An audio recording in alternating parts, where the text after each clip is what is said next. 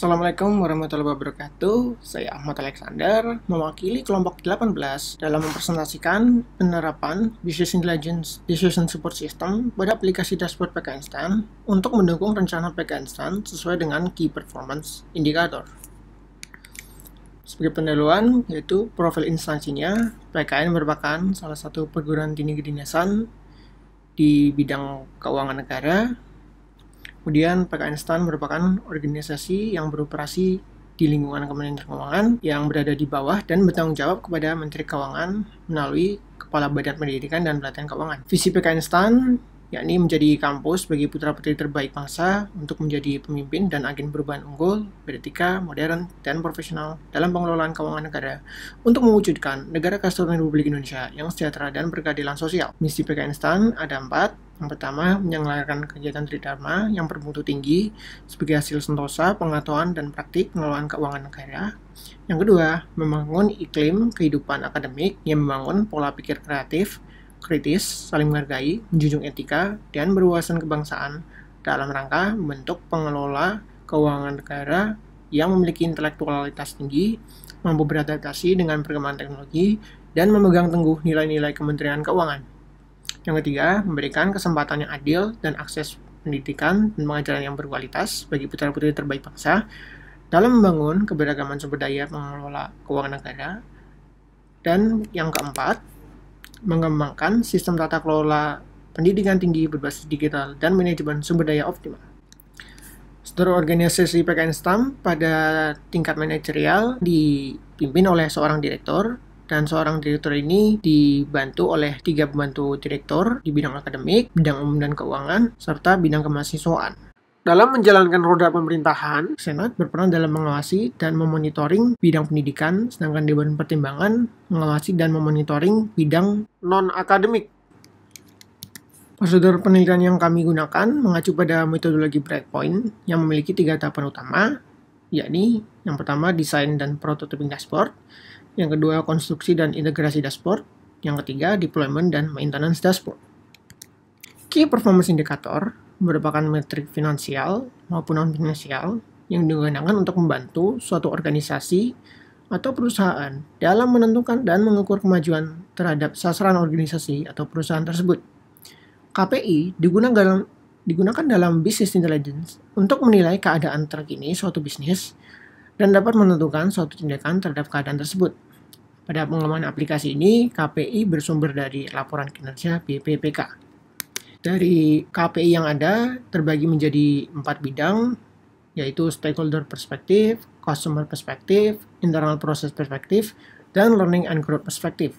Nah, dari keempat bidang ini, kami telah menggolongkan KPI menjadi KPI utama dan KPI pendukung.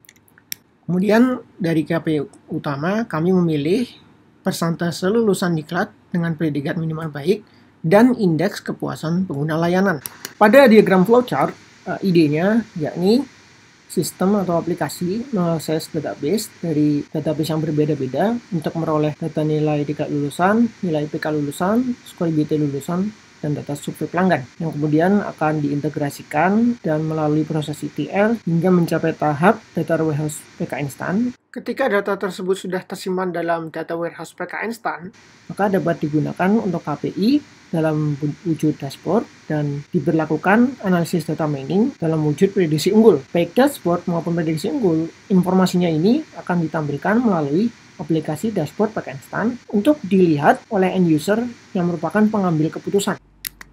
Pada sketch diagram, kami menentukan aktornya berdasarkan Peraturan Menteri Keuangan Republik Indonesia Nomor 137/PMK.01/2015 berkaitan dengan struktur organisasi PK Instant. Jadi, direktur ini memiliki hak akses dan wewenang terhadap bidang akademik dan bidang administrasi, sehingga direktur dapat melihat dashboard akademik dan dashboard administrasi. Pembantu direktur bidang akademik hanya memiliki hak akses akademik, sehingga hanya berhak melihat dashboard performansi akademik. Begitu pula dengan pembantu direktur bidang umum dan keuangan hanya memiliki hak akses dalam melihat dashboard administrasi. Prediksi unggul akademik ini menyimpan informasi baik berkait dengan bidang akademik maupun bidang administrasi, sehingga hanya direkturlah yang berhak mengakses membuat prediksi unggul akademik. Pada activity diagram, idenya yaitu end user pertama melakukan login, kemudian pada menu utama ini dapat memilih untuk melihat dashboard atau membuat prediksi unggul. Kemudian setelah selesai melakukan logout, dan dari informasi yang diperoleh ini dapat diambil sebuah keputusan. Untuk user admin hanya berhak mengkonfigurasi database user dan mengkonfigurasi data warehouse PK Instant. Pada kelas diagram yang pertama, user ini melakukan autentikasi untuk mengakses main menu, maka kontrol main menu ini bergantung kepada form out. Jika login sukses, maka user dapat melihat dashboard atau mengakses membuat prediksi unggul. Baik kontrol dashboard maupun kontrol prediksi ini mengambil data dari data warehouse yang terdiri dari data survei pelanggan, data IPK, data nilai diklat, dan skor IBT. Entitas admin memiliki hak akses kepada data warehouse ya untuk mengkonfigurasi data warehouse dan memiliki hak akses untuk mengedit database user. Pada GUI login, user diharuskan mengisi username dan password, kemudian mengklik tombol login.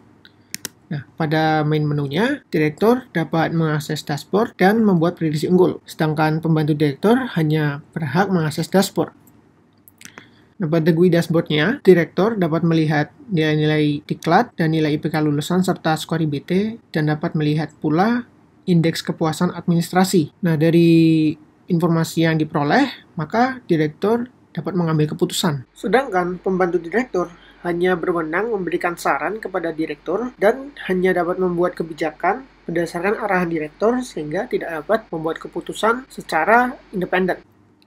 Yang terakhir, GUI dari prediksi umum. Dari data nilai indeks kepuasan, nilai diklat prajabatan, nilai diklat fungsional, nilai diklat kepemimpinan, nilai diklat teknis, dan nilai IPK lulusan serta skor IBT ini dianalisis menggunakan data mining, ya algoritmanya decision tree, untuk memperoleh probabilitas dari masing-masing program studi. Jadi dari probabilitas ini dapat digunakan sebagai validasi untuk membangun renov selama setahun sekali.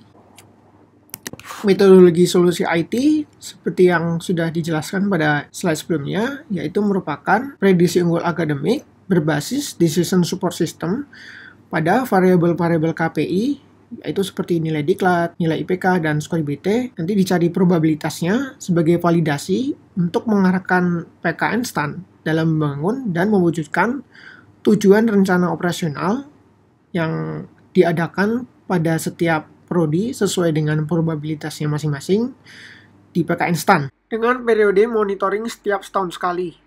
Sekian dari saya. Mohon maaf apabila ada kekurangan. Ambil positifnya, buang negatifnya. Wassalamualaikum warahmatullahi wabarakatuh.